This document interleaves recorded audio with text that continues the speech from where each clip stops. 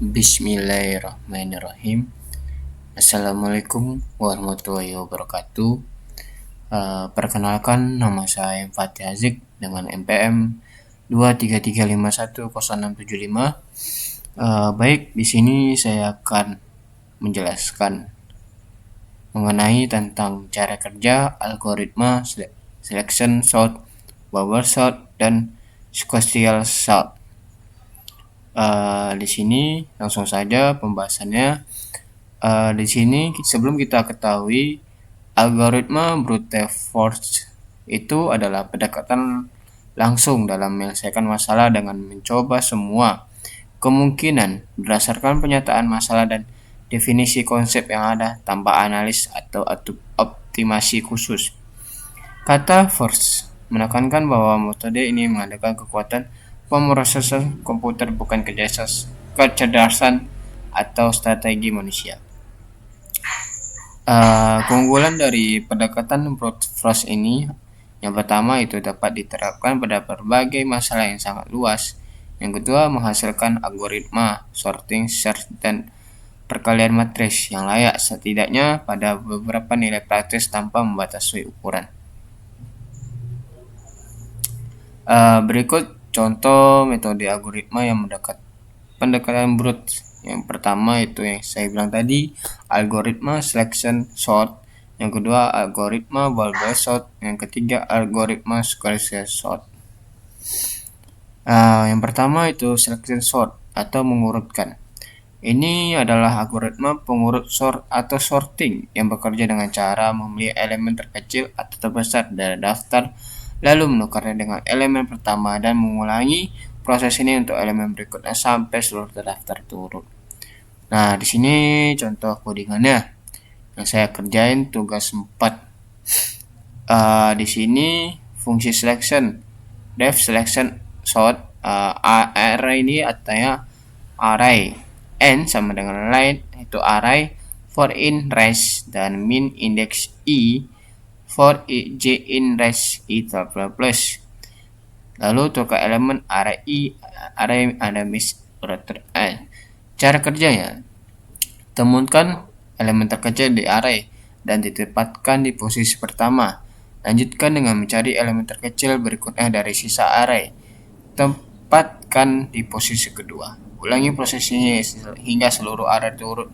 Ilustrasinya, data awal 10, 3, 7, 2. Langkah pertama 2, 3, 7, 10. 2 ditukar dengan 10. Langkah 2, 2, 3, 7, 10. 3 sudah pada posisi yang benar, dan langkah ketiga 2, 3, 7, 10. 7 pada posisi yang benar. Di sini kelemahannya yaitu kompleksitas waktu O n kuadrat karena dua bilangan bersarang, tidak efisien untuk data besar karena tidak memperhatikan apakah array sudah sebanyak turut, tidak stabil dengan elemen nilai yang sama bisa bertukar dengan urutan relatifnya. Nah, yang kedua itu bubble sort. Bubble sort ini algoritma mengurutkan data dengan membandingkan dan menukar elemen yang berdekatan sampai turut. Nah, di sini contoh codingannya yang saya buat untuk menyelesaikan tugas 4. Fungsi sort, def bubble sort sama seperti selection sort tadi. Di sini cara kerjanya, bandingkan dua elemen berurutan, tukar jika urutannya salah. Setiap iterasi elemen terbesar akan menggambarkan ke posisi akhir. Ulangi proses sampai tidak ada pertukaran lagi. Nah, ilustrasinya segini. Data awal itu 10, 3, 7, 2. Karena contoh soalnya seperti itu. Langkah pertama 3, 7, 10. Jadi langkah kedua 3, 2, 7, 10. Dan langkah ketiga yang terakhir 2, 3, 7, 10. Kelemahannya, kompleksitas waktu O atau n kuadrat di kasus terburuk. Meski sederhana, sangat lambat untuk data besar, memiliki banyak pertukaran atau swap yang tidak efisien. Masih digunakan kadang-kadang untuk belajar, tapi jarang di dunia nyata. Yang terakhir itu sequential search. Linear search atau pencarian linear adalah algoritma sederhana untuk mencari suatu nilai atau elemen dalam sebuah daftar, array atau list dengan cara memeriksa satu persatu dari awal sampai akhir.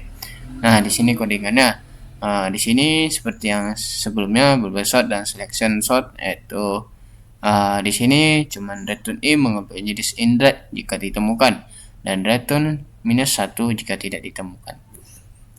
Ini cara kerjanya.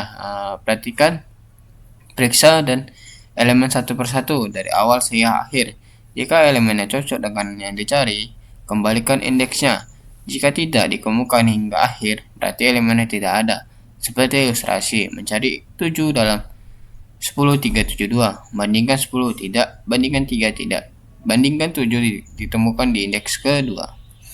Kelemahannya, kapasitas waktu O atau N tidak efisien untuk data besar, terutama jika data tidak urut dan elemen dicari ada di akhir atau tidak ada. Jika memanfaatkan satu data terurut, kalau data sudah terurut, binary search jauh lebih cepat. Jadi kesimpulannya, algoritma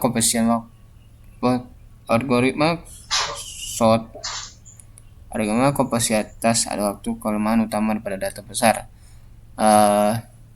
Selection sort tidak efisien dan banyak perbandingan tidak stabil.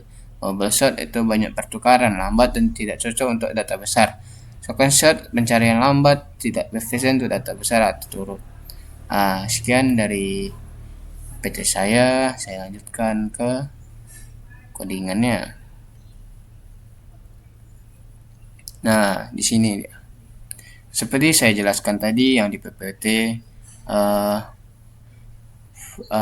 fungsi selection, depth selection, bubble sort dan selection sort. Nah, di sini contoh penggunanya. Saya inputkan data 10 3 7 2 29 10 3 7 295. Nah, salin data untuk setiap sorting agar tidak berubah ke slot sebelumnya. Di sini kita inputkan data section, data titik copy, lalu data bubble dan data copy. Lalu print data awal, print lagi hasil selection, dan print lagi hasil bubble sort. Mencari elemen, targetnya 9, indeks, lalu kita inputkan indeks constant data target, dan print elemen target dapat ditemukan pada indeks, dan else jika salah, print else tidak ditemukan dalam data. Nah, di sini hasil outputnya. Di sini data awal 10 3 7 2 9 5. Hasil selection sort yaitu 2 3 5 7 9 10. Hasil bubble sortnya 2 3 5 7 9 10. Elemen 9 ditemukan pada indeks ke-4. Baik, sekian dari presentasi saya akhiri. Wabillahi taufiq hidayah. Assalamualaikum warahmatullahi wabarakatuh.